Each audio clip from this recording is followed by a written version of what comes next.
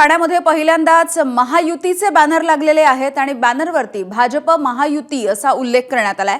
नमो भारतच्या नंतर आता महायुतीचे बॅनर ठाण्यामध्ये चर्चेचा विषय ठरतायत। दुसरीकडे शिवसेनेकडून देखील जगणं झालंय छान कारण धनुष्यबाण अशा टॅगलाईनचे बॅनर लावण्यात आलेले आहेत, ज्यावरती एकनाथ शिंदेंचा मोठा फोटो आहे।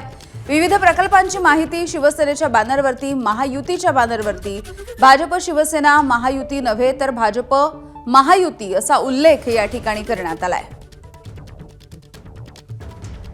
आता मात्र ठाण्यामध्ये महायुतीचे बॅनर लागलेले आहेत। ठाण्यात पहिलाच महायुतीचा बॅनर हा 3 हात नाका परिसरामध्ये झळकतो आहे आणि यावर विकसित ठाणे हीच भाजप महायुतीची गॅरंटी असं लिहिण्यात आलेलं आहे। त्यावर पंतप्रधान नरेंद्र मोदींपासून एकनाथ शिंदे, देवेंद्र फडणवीस या सगळ्यांचे फोटो आहेत, पण भाजप शिवसेना युती न म्हणता या ठिकाणी भाजप आणि महायुतीची गॅरंटी असं म्हणण्यात आलेलं आहे। हा पहिलाच महायुतीचा बॅनर आहे, पण त्यावर देखील शिवसेना भाजप असं युती म्हणण्यात आलेलं नाहीये। तर दुसरीकडे याच 3 हात नाका चौकामध्ये आणखीन एक भला मोठा बॅनर लागलेला आहे, जो बॅनर एकनाथ शिंदे यांच्या पक्षाचा आहे। आपण हा बॅनर पाहताय, एकनाथ शिंदे यांच्या या शिवसेनेचा हा बॅनर लावण्यात आलेला आहे।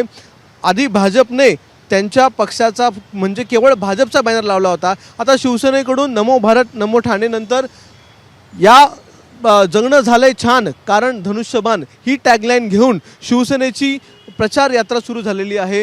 बॅनरच्या माध्यमातून प्रचार केला जातो आहे, त्यावर माझ्या लाडक्या भावाला मत धनुष्यबाणाला असं देखील म्हणण्यात आलेलं आहे आणि मुंबई ठाणे हा जो फ्रीवेचं एक्सटेन्शन देण्यात आलेलं आहे त्या प्रकल्पाचा उल्लेख करण्यात आलेला आहे।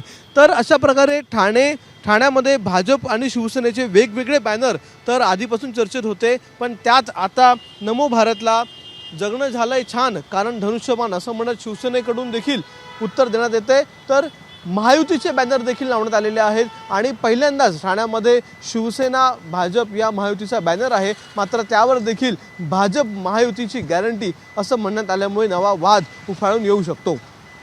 कॅमेरामन विनयसह अक्षय भाटकर, एबीपी माझा, ठाणे। एबीपी माझा, उघडा डोळे बघा नीट।